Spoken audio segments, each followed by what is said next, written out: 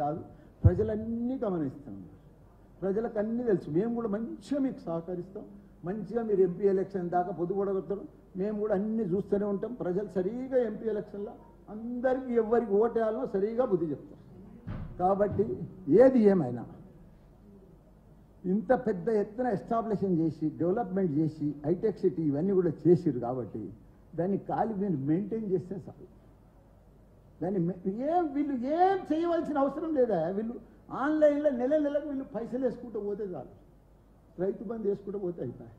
దళిత బంద్ అది మన అవైతే బంద్ చేశారు. అన్ని కేసీఆర్ కిట్టు ఉన్నాయన్నీ బంద్ చేసి పెట్టారు. దళిత బంద్ లేదు, ఏది లేదు, బీసీ బంద్ లేదు, ముస్లిం బంద్ లేదు, ఉన్న బంద్లని బంద్ చేసారు.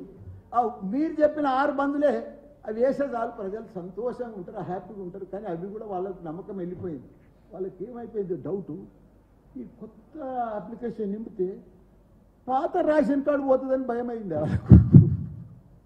అందుకే ఎవరు 1000 అప్లికేషన్లు పోతే 200, 300 కూడా తెచ్చిస్తలేదు. ఎందుకంటే భయం. ఇప్పుడు 10 ఏళ్ల కింద నువ్వే తీసుకున్నావు, అప్లికేషన్ పెట్టుకున్నావు, నీకు వైట్ కార్డు ఉండే, రేషన్ కార్డు వచ్చింది.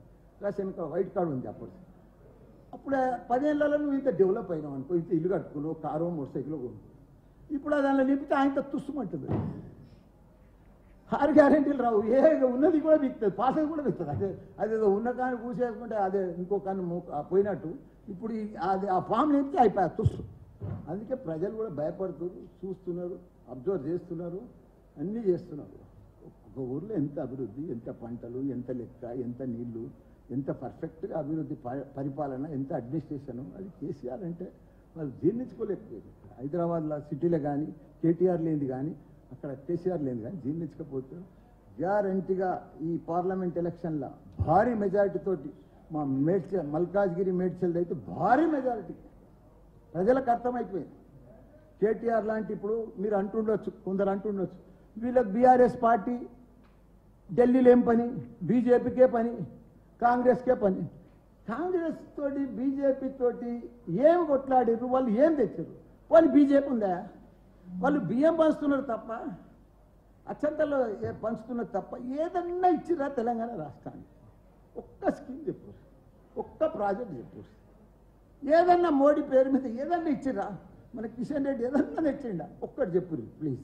నాకైతే తెలియదు, మరి మనం తెచ్చిండొచ్చు, చాలా పైసలు తెచ్చిండొచ్చు. ఎందుకంటే ప్రతి దాంట్లో వాళ్ళదే ఉందని చెప్తారు.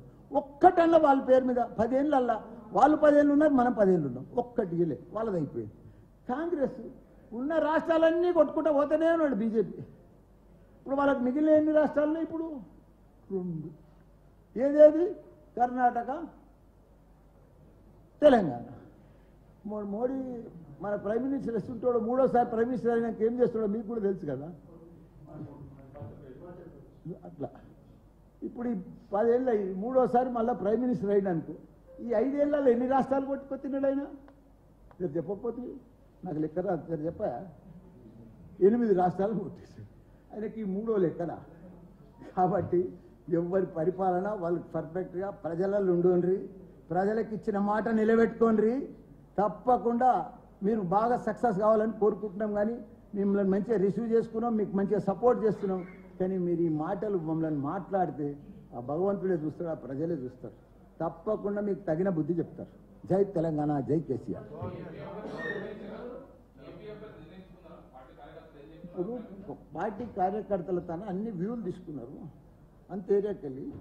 అట్లనే 17 పార్లమెంటు దాంట్లో 16 కూడా అయిపోయినాయి. రేపు నల్గొండ ఏదో ఉన్నట్టుంది ఫైనల్. అయిపోయినాక సీఎం కేసీఆర్ గారు, హరీష్ రావు గారు, కేటీఆర్ గారు కూర్చొని డిసైడ్ చేస్తారు. మళ్ళా అధిష్టానం ఆదేశం చేస్తే ఏది చేస్తే వాళ్ళు ఏది చెప్తే, ఇప్పుడు అధిష్టానం చెప్పింది అనుకో సీఎం కేసీ, మల్లారెడ్డి నువ్వు ఇప్పుడు పోయి బాయిల దుంకుమని అనుకో,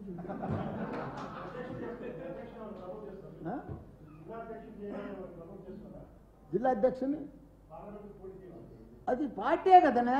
జిల్లా అధ్యక్షుడు మల్లారెడ్డి కొడుకు కోడలు అని మీకు రకరకాల డౌట్స్ ఉన్నాయి. మీకు ఆ డౌట్స్ అని వద్దు. చేవేళ్ళ అంటే సిట్టింగ్ కదా, సిట్టింగ్ ఎంపీ ఆయన. చేవేళ్ళ డిసైడ్ అయిపోయింది ఉండొచ్చు, మేబీ, నాకు ఐడియా లేదు. ఇంకా లోపల చాలా డిసైడ్ అయినాయా నాకు ఐడియా లేదు. ఇప్పుడు సికింద్రాబాద్ కూడా చాలా పెద్ద ఎత్తున ఉంది, మెదక్ చాలా పెద్ద ఎత్తున ఉంది. మీరు చెప్తే షాక్ అవుతారు. నాకు తెలిసినవి కూడా చెప్తే మళ్ళీ మీరు షాక్ అవుతారు. అందుకే కొన్ని చెప్పా.